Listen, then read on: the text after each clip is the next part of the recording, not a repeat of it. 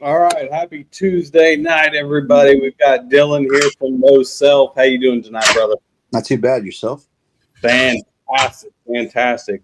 Tuesday night's always a good night. That's like Saturday night for me as CB because we're off on Tuesdays and Wednesdays, which is And fucked up. But it's Taco Tuesday. dude, I have a great killer taco place that's like right out the fucking gate of my apartment complex and to the fucking left is Pedro's Tacos. If you ever come to Port Royal, South Carolina, go to Pedro's Tacos. Not Yeah. sponsored, by the way. I wish I was. I will gladly take fucking free tacos and beer if you want to sponsor us.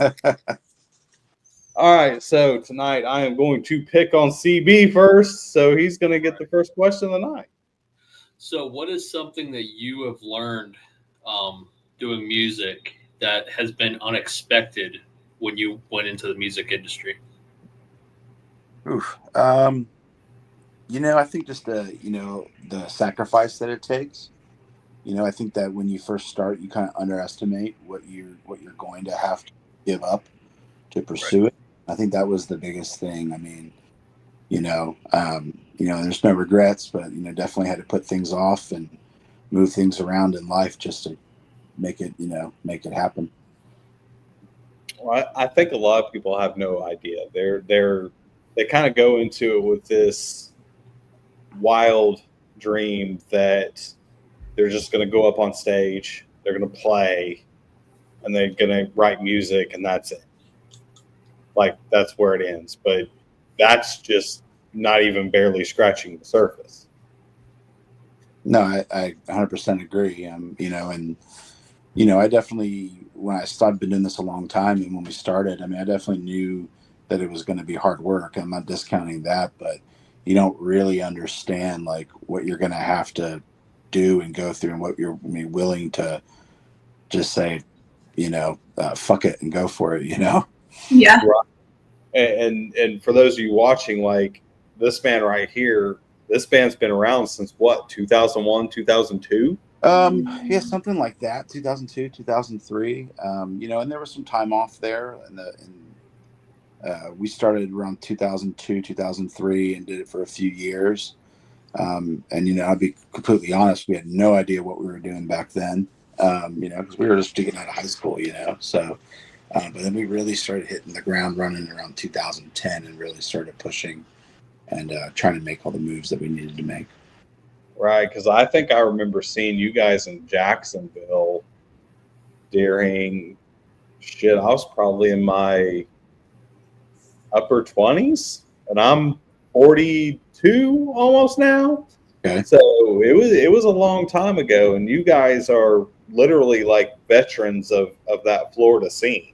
Yeah, I mean, we just I've been very blessed to have been with my guitar player Justin Dabney. Been very blessed that we've been together and been able to make music for this long. It's a real rarity, actually. Yeah, no, that's a really awesome thing that you've been able to keep alive for that long. Yeah, it was a hard thing to do, and it's a real blessing to have a connection like that with another collaborator like that. Definitely. There's something to be said, even if it doesn't matter if it's local or regional or national. There's something to be said for somebody who can keep a band together, even if you take time off, even if you take a couple years off. There's still something to be said for somebody who can keep it together and you're still going that fucking long. Yeah, I mean, I don't know if it's stupidity or drive and will, but like I said, I'm real lucky to have a collaborator in Justin and everyone else that has been a part of No Self through all past members. They've all contributed in their own way, and we've been really to have that, those kind of connections. Right. All right, Meg, you're up on deck, girl. If you would be so kind as to tell me the most embarrassing thing that has happened to you during a live set. Oh man. I love this one. There's a few of them. I went through a stage one time. It was in a small place, but I jumped up in the air and my leg went straight through the stage. Oh no. Great. I've definitely thrown up on stage before. I don't know if anyone noticed, but I do. You know, between drinking too much and overindulging, Yeah. especially when I was younger, but yeah, I would say probably going through the stage because I just didn't even know what to do. It was like, well, there's nothing that could prepare me for this, so I just kind of stood there with one leg in the stage and kept singing the songs. Like, well, I don't know how I'm going to get my leg out, but Like how far did you let go in? I mean, it was like I said, it was a small stage, so it was probably only maybe about a foot up off the ground, maybe a little less than a foot. So I definitely went through it and was touching the ground below. Yeah. Holy shit. So, what is your most surreal moment of playing in No Self? I was probably, I would say Blue Ridge Rock Fest or Welcome to Rockville. When we played Blue Ridge Rock Fest, we were on the second stage, and there was just so many people. I never played in front of that many people before, and it was unreal. It was just like, how is this even happening? And like, just trying to take it in and trying to make sure that I took moments to like, store that in my brain and say like, look, this is once in a lifetime opportunity. Like one of our favorite bands is the band Cold, and they were, as we were setting up on stage, they were playing the adjacent stage. So I'm watching them from the other stage. That was pretty crazy to me.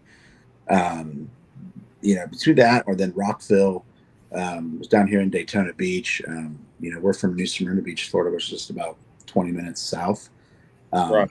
To play that crowd and just see everyone that's ever been to a No Self show and past members and all kinds of people that we knew from growing up, all being right there in the crowd, in the front of the crowd, was quite surreal as well. I think I probably would have vomited. Yeah. I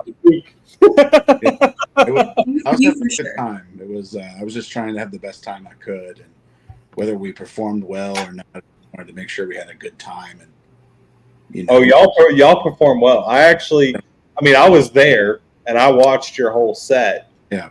At that Rockville, I was out in the crowd, and even seeing it now, because there's actually there's several videos that are still on YouTube. Yeah. Of y'all's performance at Welcome to Rockville. And it is like, dude, you guys came out with like 10,000% energy from beginning to end. Well, that's what we try to do. That's if you're not going to go 110, then what are you doing up there? That's the point. Yeah. Right. It's like I see so many bands that come out there, and it's like, I don't know if they just get completely disillusionized with the whole entire thing because they've been doing it for so long. But I see so many bands go out there and not put any effort. There's no energy. There's no oomph. There's no nothing. They just stand out there, and it's just like they're just going through the movements like they're working a 9-to-5 job on a fucking assembly line and just checking plastic cups and just Where's the soul? Where's the reason? Here's the thing. Like, even if your designation is checking plastic cups, then you need to check the plastic cups at 110%. If you're not give it your all, then don't do it. And that's just, kind of my philosophy. And, I'm going to put it all out there on the line and, hope for the best. I mean, people should. And it's like, people are going to know. Like, even if they're not a musician, if they're just a fan, they expect to see a show. Well, that's it. Yeah, 100%.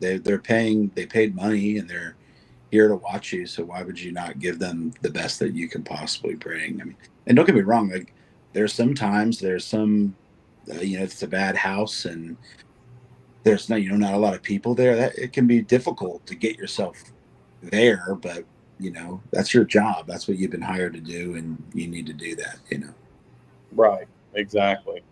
All right, CB, you up on deck. So besides music, what are you passionate about? Ooh, man, I love cooking. Nice. I think that's the like the ultimate, like it's like they say, it's like a love language, right? Mhm. It's really the best way people that you love them or care about them is cooking food for them and pouring your, once again, you go 110% and you do the best you can. And now I love cooking, and obviously, just watching movies and stuff, but yeah, mainly cooking. I cook all the time, whether it's out on the grill or on the Blackstone, and just, What's your favorite thing to cook? oh man. It's probably right now it's, I love a good steak, cook good steak or cook a good, some good barbecue. Like you get some good barbecue ribs out there going. That's good stuff. All right. Meg, both of us like to cook, but Meg can cook her ass off, especially it's a fucking breakfast taco. This one can cook a goddamn breakfast taco like you wouldn't believe, because so she flew in from Texas and went with me to Welcome to Rockville this last year. And we go, and it's like 6:30 in the morning, and I'm asleep in the bed, and it's like the very first day, and all I hear is this sizzling. And I'm like, what the fuck is going on? I go out, and she's like fucking just going at it 100,000 miles an hour, fucking coffee in one hand, fucking cooking shit, bacon, potatoes, fucking you name it. I'm like, damn.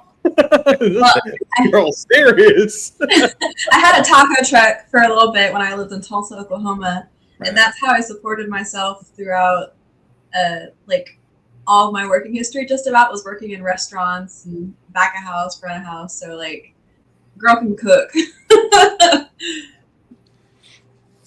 Yeah, that shit was fucking awesome. All right, Meg, you're up on deck. What is the weirdest place that you've ever performed? Either weird vibes or just like Austin, Texas weird. I tell you what, we played. Where was that place? I'm trying to think. We played this in Nashville, Tennessee. We were out there, and it was this weird, small place. But I had never played a rock show where everyone was just sitting and just staring at you silently. Oh, it was no. really weird. And we played well, and we got a good reaction after. And they were all really into it, but it was like I couldn't tell. I couldn't tell by that. I was like, you just sat there and didn't move. It was so weird. That's bizarre. Was there other bands playing with you guys with the same variety? Yeah, it was. We had a bunch of locals on the show, and they for what I could tell, that they were having the same experience. Maybe that's normal for them. I don't know, but it was definitely strange. Weird. I can kind of attest because, so I was on tour with a band, and I was their band manager at the time, and we went and played Nashville, and it was this it was the weirdest venue that I've ever seen. Because first off, when you rolled up to it, it looked like a liquor store, like a ghetto ass liquor store, in these back roads, and it was just it was just freaky, and it was kind of scary because you're like, oh god, I'm gonna get shot. So we roll up in there, and as soon as you walk through the door, there's an aisle that went straight back, and there was a bar, teeny tiny little bar. There's a little area where you could set up just 3 merch booths, but they're all slammed together. So all of you were on top of each other, which I was running their merch table for them while they were all playing. And up on there was literally seats, wooden seats, all down the aisles. And then the stage had these ugly ass 1970s crushed velvet curtains. Oh wow! That were hanging on all sides, and the bands were so close together, you could not move. If they moved, if they tried to do anything, they were knocking each other the fuck out. Yeah. It was the smallest stage I ever seen, and I'm just and the crowd was just sitting, and it was fucking bizarre. Yeah, it was just so strange to me. It's I don't have a problem that they were sitting or anything, but it was they weren't bobbing their heads. They were showing little to no reaction to it. I'm like, it was the same thing. Right, your normal feedback is not there. It's just Well, here's the wild thing. It was almost like it was staged. So every time the band got off, there was 3 bands that played. And every time they got off, it was like golf clap. Yeah. Yeah. When they were like, we're done, I'm just like, the fuck is going on? It was definitely unusual reaction. It was bizarre. Yeah. It was almost like Stepford Wives. Like everybody was like trained. Because as soon as one band got done and they started swapping, which obviously there was no backline, everybody was using their own shit. You know, you had to clear off, let everybody get on. While they were swapping bands, then everyone would stand up, go to the bar, and then they would go to that table and buy merch. It was like every person bought like at least one thing from every single band the entire night. Yeah. And it was just weird. It was almost like it was like scripted. I guess if we want to do well in merch sales, then we could go to Nashville. At least there's that. We did sold well that night, if I recall. You know, it was bizarre and so weird. Yeah, I never had anything like that, you know, before or since. It was strange. It'd be wild if it was the same fucking venue that we're talking about. It doesn't sound like it because they didn't have no crushed velvet curtains, but you know, in my opinion, every venue should have curtains. But Sick. Oh, these things were like classy. These things were like blood red. Yeah. Crushed velvet curtains with like the gold like look thing. Yeah. It was like old like cinema curtains that would like spread when the fucking movie's about to start. And I was just like, what the fuck? In the stage, like I said, the stage was like teeny tiny, like they couldn't move. They really couldn't do anything other than just stand there and play. Like to me, it looked like a venue that would have like jazz musicians or something playing in there. Well, it's like Nashville, so I imagine there's a lot of singer-songwriter stuff. So maybe that's, you know, maybe that's the deal. I don't know. But these were like metal bands. Like, I mean, maybe it happened to be metal night, and they were just experiencing the alternative music scene. Yeah, and most of the crowd was quite older. Like, I think at the time I was probably in my low 30s, and I don't think there was anybody in that crowd under the age of 45. Yes, darling, I think we'll go see the metal scene tonight. Oh, sounds quite lovely, dear. So, if you could spend 24 hours with any musical icon, dead or alive, and retain every bit of information that they have about the music industry, who would you spend that day with? Oh man, I mean, I think selfishly, I would hang out with Chino Moreno for a whole day and just see how that would work out. You know, no, I mean, he's a huge influence, and yeah, that would be a dream just to pick his brain and understand some of it. You know, and maybe he don't even know. I don't know, but it'd be worth it. You know. Dude, Deftones have always been one of my top favorite bands. They're always been in my top 5. And to be honest, I was never a big like nu metal guy.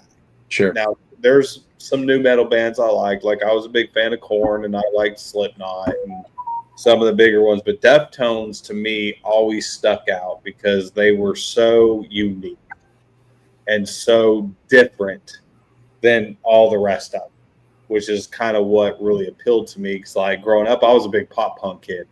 I was in the Blink 182 and Good Charlotte, and I was also a big Marilyn Manson fan when Manson came out. I was a huge fucking Manson fan. But I never quite got into the nu metal thing. Like I remember seeing Limp Bizkit growing up because like I'm from Jacksonville, Florida. So like I kind of was like in that, but still at the same time I was never that. But for some reason, the Deftones, like I just couldn't stop fucking listening to them. Couldn't stop. Yeah, I mean, they're my favorite. I'm actually going to see them this Friday, so I'm pretty pumped about that. That's awesome. Yeah, I'm going to go up to Atlanta and go to the Shaky Knees Music Festival and watch some indie rock and with some Deftones, and it's gonna be good. Yeah. See, I've never got to see Deftones live. Oh man, it's where It's so bad. yeah, whether they're great or like just so bad that it's good, it's one of it's I've seen every form, and it's wonderful.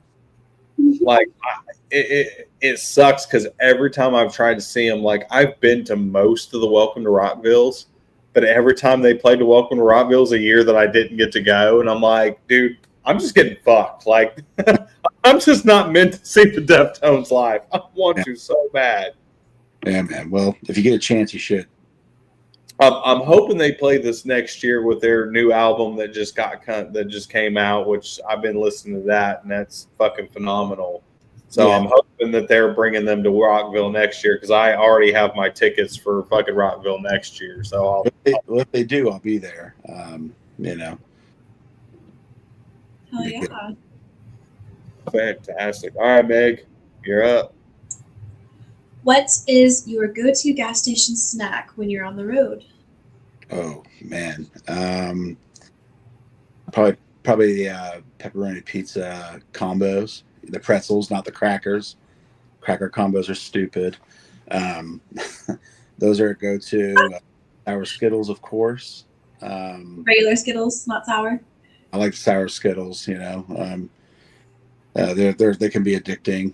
Yes. You eat them until next thing you know, your whole mouth's raw on the inside. Yeah. You know? I actually like the gummy Skittles. Yeah, I they're good. haven't had those yet. Those are good. Those are good. I dig the shit out of them. They're good. That, and of course, a 7-Eleven taquito all day. Ooh, yes. Especially Oh. late. You're flirting with some bad shit. On the rollers. Oh, Yeah. I have a rule. If it's on a roller, it's a no-no. Oh, no. Those little chicken nugget sticks are good. Like Oh, buffalo sticks. Oh yeah. Chicken, what? It's like processed chicken. It's like chicken nugget texture, but they've got like different flavors. You can get like, I don't know, pepper jack or like buffalo chicken. And it's just like a stick of chicken. Yeah. Meg. Yeah. That's like flirting with Taco Bell. You gotta know which gas. Hey, I love Taco Bell though. Me too. Oh no. Hell no. I got an iron stomach. No. Evolution. There is at no time do I ever want to become a human shit cannon. And I will if I eat Taco Bell, and it's not going to be a good time. It's like a diuretic, man. It's like Exactly. Exactly. No. Hell no. I don't have that experience. I guess because I grew up on Tex-Mex. Like, You got a goddamn. Well, I eat spicy shit all the time, but if I eat fucking goddamn Taco Bell, it's like drinking a goddamn fucking bottle of fucking. Damn, what do they call that shit that fucking makes you shit your goddamn guts out? Wax? exactly. Magnesium shit or whatever. Oh, milk and magnesia. Yes. Hell no. Hell fucking no. I'll be goddamn blowing it up like I'm shooting out a fucking Nutella out of a fucking shirt cannon. No, thank you. I'll pass. More for me. All right, CB, you're up. What are some perspectives since you started in this industry? What are some things that have changed for you over time? That's a good question. How you treat other artists. And I early on I would be guilty of, kind of dogging on people because I didn't like what they did, and and that's not good. It's not good decorum, and that's definitely changed my opinion. Everyone has to start somewhere, whether they're good or bad or whatever. That's music's art, and it's all so such an opinionated thing, and it really doing that and learning like, no, you got to treat each other with respect, and it's not a competition, right? We're all here doing the same thing, and that's really it. Like, we're not competing, we're working together to put on a good show and get to the next one if that's what we're doing. Right. You know, I've seen so many, like we've had this conversation on the show 1,000 times. And the areas that have really healthy metal and hard rock scenes are the ones that actually respect each other, shut their fucking mouth. Even if you don't have to be best friends. Yeah. You don't have to go fucking have barbecues with each other on weekend. Now it'd be better if you did. Right. But even if you don't have to do that, but just showing each other common decency and common respect and Yeah. help each other out, trade shows. Like it doesn't fucking matter. Like trade shows, help each other out, fucking play, do your thing, have a good time. There's no point system. It's not fucking football. You're not scoring fucking points for the fucking best band. You know, it does you no good. The more you sit there and talk shit to other people, the more you dog them, you're just putting out a bad name for yourself. No, exactly. And that's 100% correct. And, you know, something as simple as like getting on and off stage, right? It's like you got to help the band in front of you. You got to help the band after you. And, you know, it's important to work together. And I'm sure we all play music, right? So I'm sure we all encountered a situation where you're stuck waiting for the band before you to get off stage, and they're just dragging their feet, and you're trying to help them, and they're not even willing to accept your help, and it's frustrating. So like, you just got to work together, man. You know, so we can all get it done, you know, and have a good time. Absolutely. So if you guys could put together a whole tour and you had a choice of 3 bands to take on with you, who would you choose to take with you on tour? Oh man, like any band ever? Any band. Oh man, well, I mean, do I get to say Deftones again? Is that Yeah, you can. No, yeah, Deftones. Yeah, Deftones. You know, if 36 Crazy Fist was still around, they would be one of them. I love that band. Oh yeah, it's you know, Islander. I'm kind of big into them right now. Dead, they're killing it. You know, that's kind of what I'm into. You know, now. You know, locally, you know, there's a bunch of good Orlando bands, Florida bands that we love playing with. That would love to go out with. You know, there's just, you know, the list is really endless, right? Right. Yeah. See, I was always a big 36 Crazy Fist fan, always, and I got to see him one time, which is at a pre-party for Welcome to Rockville. Right on. Which at that same pre-party, I actually got to see Avatar for the first time. Okay. And I had no clue who the fuck that goddamn band was, but I was just like mesmerized. I think I spent $500 that night between fucking 36 Crazy Fist merch and Avatar. I like blew all my money before I even got to fucking Rockville from them. Like the money I had for merch, it was all between 36 Crazy Fist and Avatar. Yeah. I was like, hell, I'll probably never get another chance to see 36 Crazy Fist, which I never did. Yeah. Yeah, we got the opportunity to play with them one time, and that was one of those like bucket list bands that we got to, you know, be on the bill with, and that was a really good time. And if I ever got to do that, it was cool. It was cool, you know, just one of those things, and we all have those certain bands that we just love, you know, unapologetically, you know, and they were definitely one of them for me. Right. So another question that kind of goes in that bonus question before I hand it over to Meg. Have you ever, now you don't have to name them, but have you ever met a band that you just loved and you guys played with them that turned out to be total fucking assholes? Oh, 100%. 100%, you know. You know, I'm not going to name names, but yeah, there was a few of those, like, you know, late 90s, early 2000s, you know, new metal, hard rock bands that, you know, idolized, and, you know, we finally got an opportunity to play with them, and it was a goddamn nightmare. You know what I mean? God, I hate that. I fucking hate that. See, I always got scared because, like, one of my biggest influences and one of my big heroes was Marilyn Manson. Sure. And I never got to play with him or open with him, but I did get the chance to meet him. And I got the chance to interview him one time. And I was always scared because everybody's like, don't meet your heroes. Don't meet your heroes. You're going to get let down. And I heard so many horror stories about him. And when I went into it and I got the interview, I was like fucking scared shitless. And I was like, oh my God, this is going to ruin everything for me. It's going to ruin everything I love. It's going to ruin everything. And he was, I guess he wasn't stoned at the time. He was sober. He was awesome. Yeah. One of the nicest individuals that I've ever interviewed, because I've interviewed plenty of big bands that were like, we don't give a fuck. And, didn't get into it. You could tell they didn't want to be there. You could tell they didn't want to do it, but they were being forced to do it and kind of treated me like shit.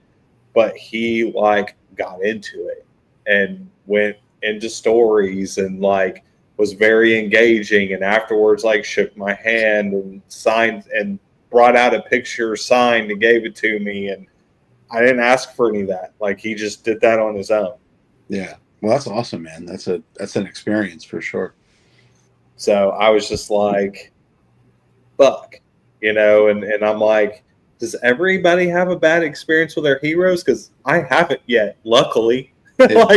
I've met a few of my heroes, and all of them have been some of the nicest people I've ever fucking met in my life. So I haven't had that shitty experience yet. So I like to ask that question just to see what that realm is. Sure. All right, it's my turn. Was there a moment that you thought about quitting? And if so, what thought kept you going? Oh, well, I mean, definitely, right? I think we all experience that. I think if we don't experience that, then you're not really being challenged. You're not pushing yourself, out of your comfort zone, For me, it was like every time it would get rough, you get on stage and you do it again and you forget about all the things that you don't like about it again, you get that you're up there, hanging out with some of your closest people, I mean, you spend a lot of time with these people and that your bandmates, and to share that experience, every time live, it brings you right back. You're like, no, I'm not done. All right. Fair enough. It's like a healing salve to whatever wounds you've accumulated. I mean, to me, it's one big fucking family. And you're going to have those moments, like he said, that you're like, fuck, what am I doing? I'm blowing all this money. We're not making money. We're struggling. We're not getting shows. It's hard to get shows. It's hard to do this. It's hard to do that. Why am I blowing all this? But a lot of people tend to forget about those experiences because you're getting to experience stuff that a lot of people will never experience in their entire life. Mm-hmm. How many people get to say that they went on stage and shared a stage with some of these massive fucking rock bands and metal bands and rock stars? How many people get to say, hey, I got to sit there for fucking 45 minutes hanging out with this dude in the green room talking shop? No, that's it, right? I mean, what we get to do, I mean, and then it's easy to take it for granted sometimes, but what we're doing, people dream about doing and never get the opportunity to do it. Even on the smallest of levels and the highest of levels, you're still doing something. There's people out there that would love to be doing what you're doing and just can't do it, or don't get the opportunity to do it. So you have to be grateful. And, every time I get up there and play, it's a reminder of like, oh, well, I'm blessed to be able to do this. Other people don't, and that's important to remember. I think that's, kind of healing in itself. Fair enough. This is why I do this. Oh, yeah. Yeah. Like you have those days where you're like, fuck this shit, I quit. Oh, 100%, and if anyone tells you that they don't, then they're lying to you. It's 100%. There's days where you're just like, why am I doing this? It's like one of those things like kind of like what I mentioned earlier about doing it for so long. Like maybe it's stupidity. I don't know, but here we are doing it. It makes me feel, and what I do potentially makes other people feel good, and that should be enough. Fair enough. All right, CB, you're up. What is your favorite horror film? Horror film?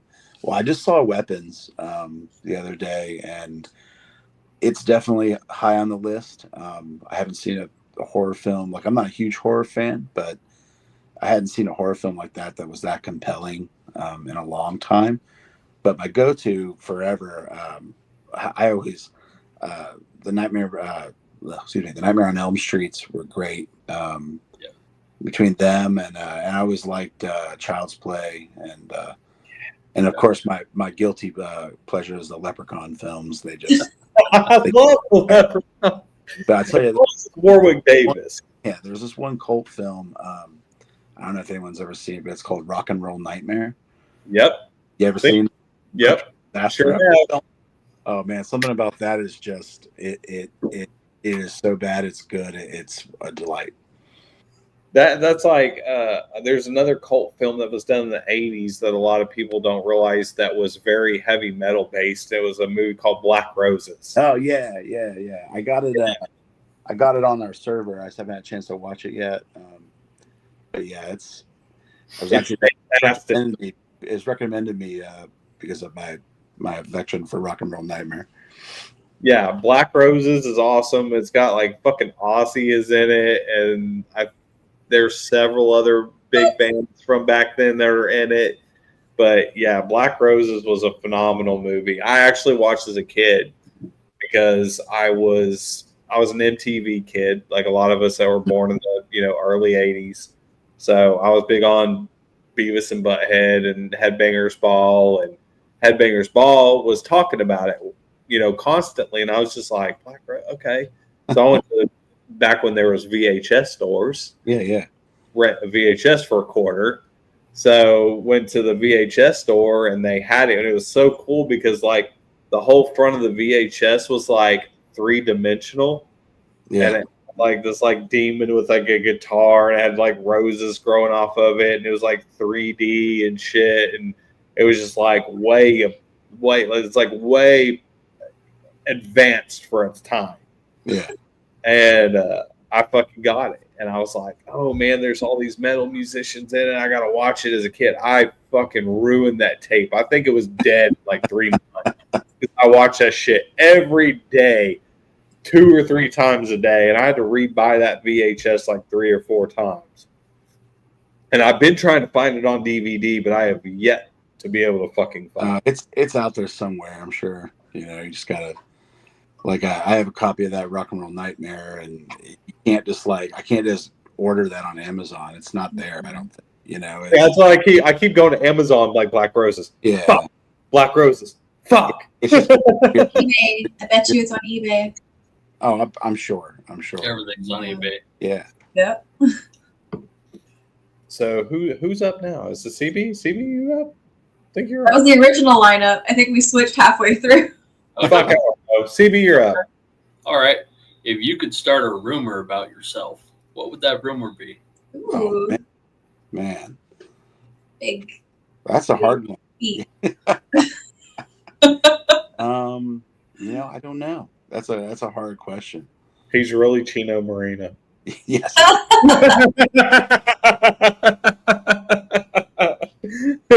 Disguised. No, I don't know. That's a hard one to answer. I don't know. Never really thought about that. No, yeah. Yeah, it was like I showed y'all's music to a friend of mine not too long ago, and they're big into new metal, and I was like, have you ever heard of No Self? They're like, no, and I was like, well, you should go check out their music. You're a big new metal fan. I was like, you should really go check them out. And he texted me later on. He's like, how the fuck have I not heard of this band? And I was like, you dig them? He goes, yeah. He goes, it's like fucking Deftones and POD had a fucking love child. I was just like, dude, I told you they're fucking sick as fuck, man. He was like, he's like, how'd you know about it? I was like, dude, I've known about No Self for fucking years and years and years and years. I've been around. How do you not know? Well, I mean, if you were in the Florida scene, which, you know, I was in the Florida scene. Now, did my band ever get big? No, but I went to all the shows. Even if my band wasn't playing or not, I still went to all the shows, and I was going to shows in Orlando and St. Augustine and Jacksonville and Tampa and all that. And I've probably seen No Self probably at least 4 or 5 times. Yeah. Oh, I'm sure. I mean, it's like every time I, ask that question, like, when's the last time I saw some of these bands? I was like, well, I can't tell you because, like, done this so many times. There's a good chance, we've seen each other a dozen times in the last, 5 years or more. It's right. I can't remember anymore. Right. No, and I've actually had conversations with you in the past, and it's like, when you meet that many people and you're playing all these shows, like the chances of you remembering these people, slim to none.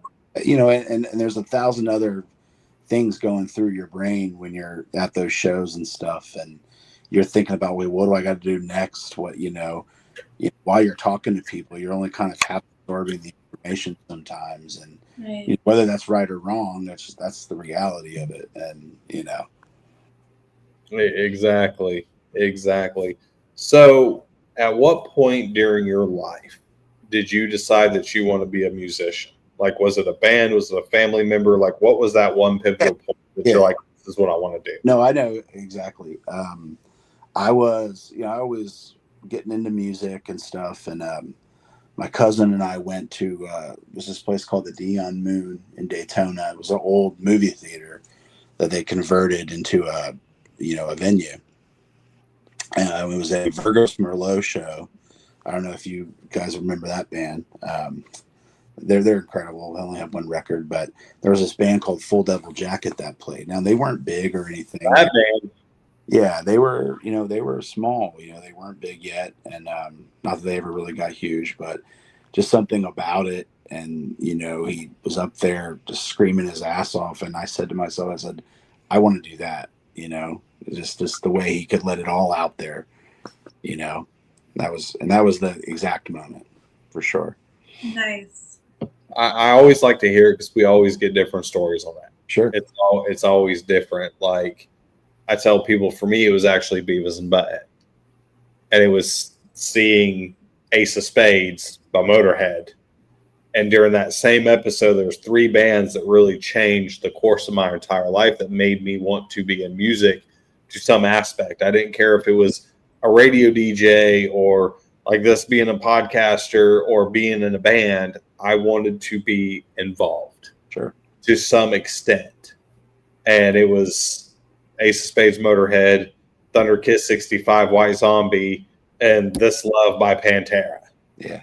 And that changed the entire course of my entire life. Because, like, when I was a kid, I was like, I want to be a police officer or I want to be a football player. And then all of a sudden, here comes MTV, and I'm like, holy shit, what is this? Yeah. And then you got people like me who didn't realize what they wanted to do until they were 30. I lived life a little bit. It's we've all got our different walks, but it's always interesting to hear what people say. Out of all the bands, because every season we interview 53 new bands every single season, and this is right at the end of season 3, and we've interviewed so many bands. And there's so many of them where the majority of them are just really starting to break out. And they're all like 35 plus.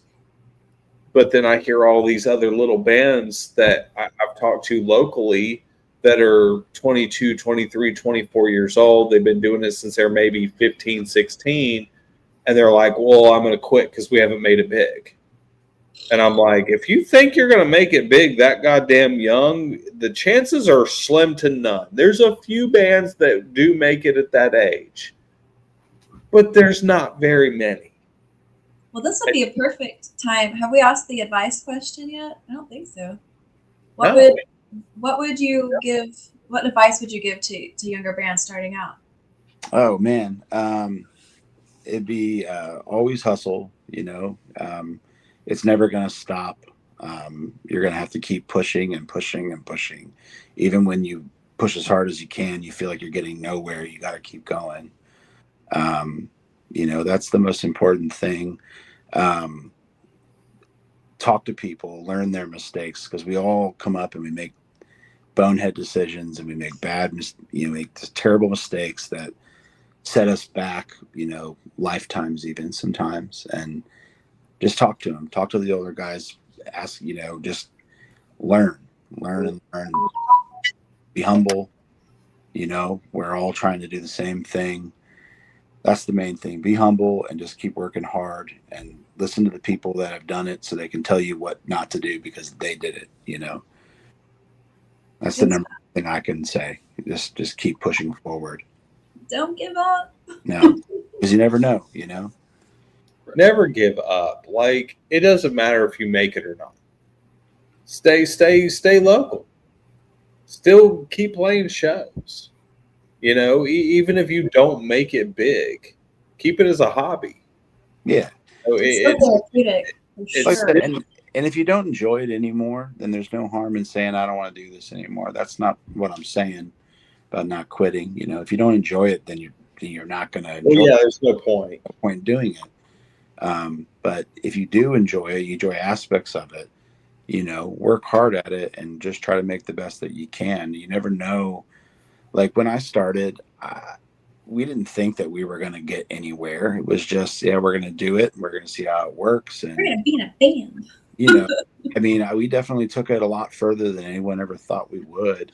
Not saying that we really made it, but we did our thing and, we're doing our thing, but we got to do experiences that were way beyond that anyone thought that we were going to reach, so you never know what can happen. You never know who you're talking to. So just be humble and be respectful and, just keep it real, I mean, to me, if I got to play Welcome to Rockville, I'd be like, all right, we can quit today. No. every milestone, you have to say, well, what's next? And you got to push for what's next. That's all you can do. Yeah. Even if you don't progress and you stay right where you were when you had that moment, at least try, because you don't know what can happen. And it's like a lot of people take for granted all of those experiences and all the people that you get to meet. It's not just about making it. Yeah. It's like if you really take that time and think about it, it's like, think about all the lives that you could have possibly changed and you have no idea that you changed. Think about all the fucking people you met, all the friendships that you made. What if you went out and met your fucking wife because of it? Well, think about it. If you hadn't have done it, would you have met those people? Well, no, would you have made those connections? Yeah, that's 100% correct. And, that's part of the experience and part of the journey. And, everything, it's all encompassing, that's like kind of when we started talking earlier, about the sacrifice. Well, that's one of the sacrifices that you make is you put your life out there and you're saying that this is my main focus, my main goal. Like I have a wife and kids and, that's definitely changed my outlook and my perspective, and I'm not pushing as hard as I once was, but I'm still pushing, trying to do the best I can with the means that I have. But for me, if I wouldn't have been playing the music, I wouldn't have met her. I wouldn't have had her kid. And, my whole life would be completely different. Who knows, and it's saved me more than led me down the wrong path. I can say that.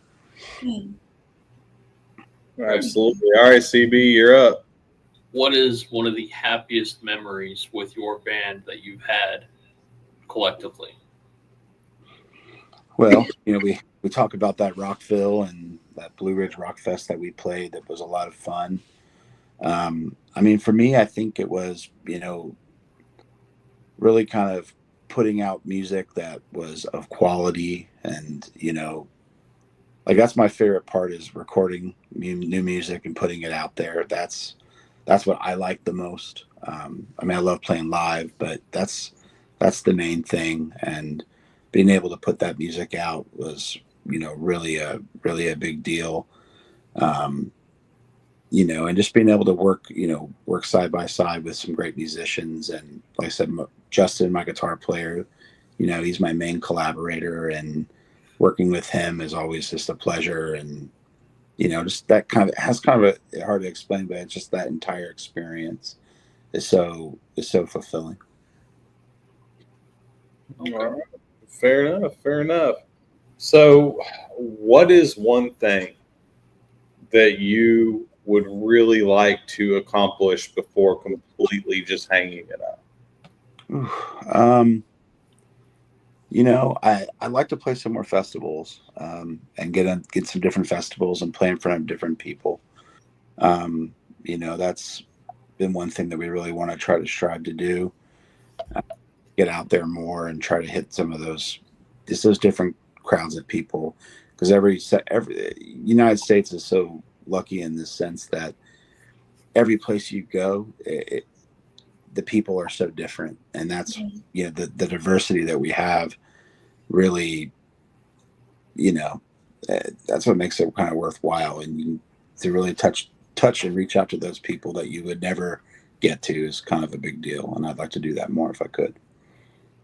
Yeah, festivals to me, I feel like a lot of bands take it for granted, because they're always just like, okay, yeah, we're doing a festival, but we want to go do this 30-day run in little fucking dive bars.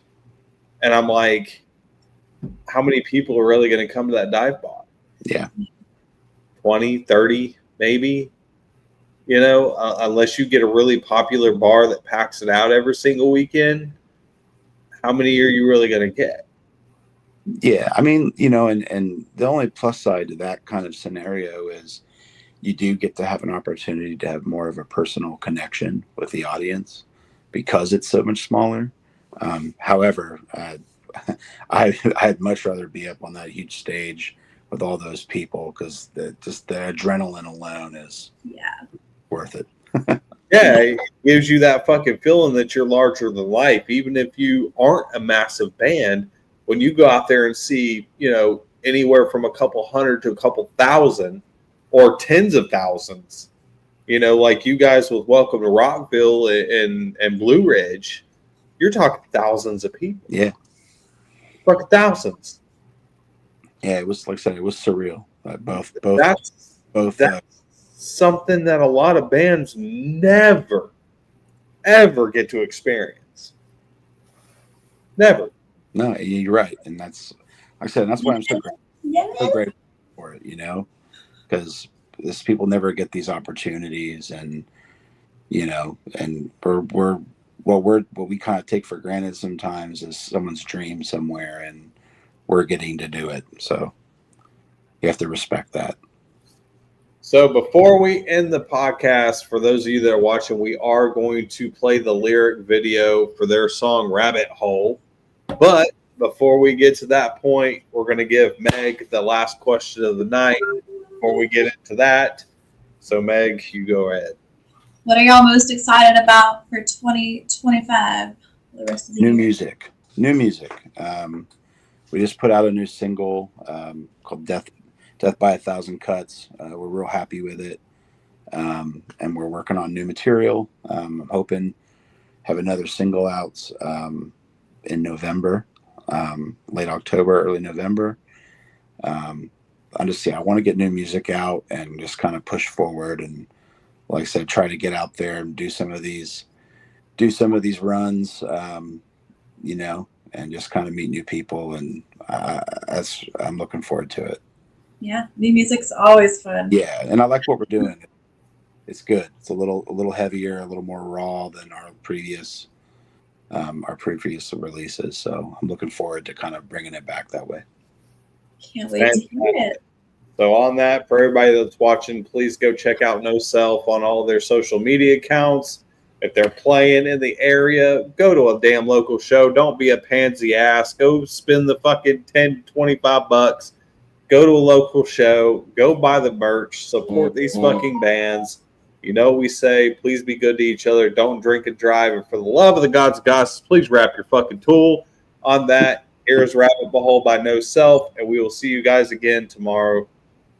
See ya. Good night.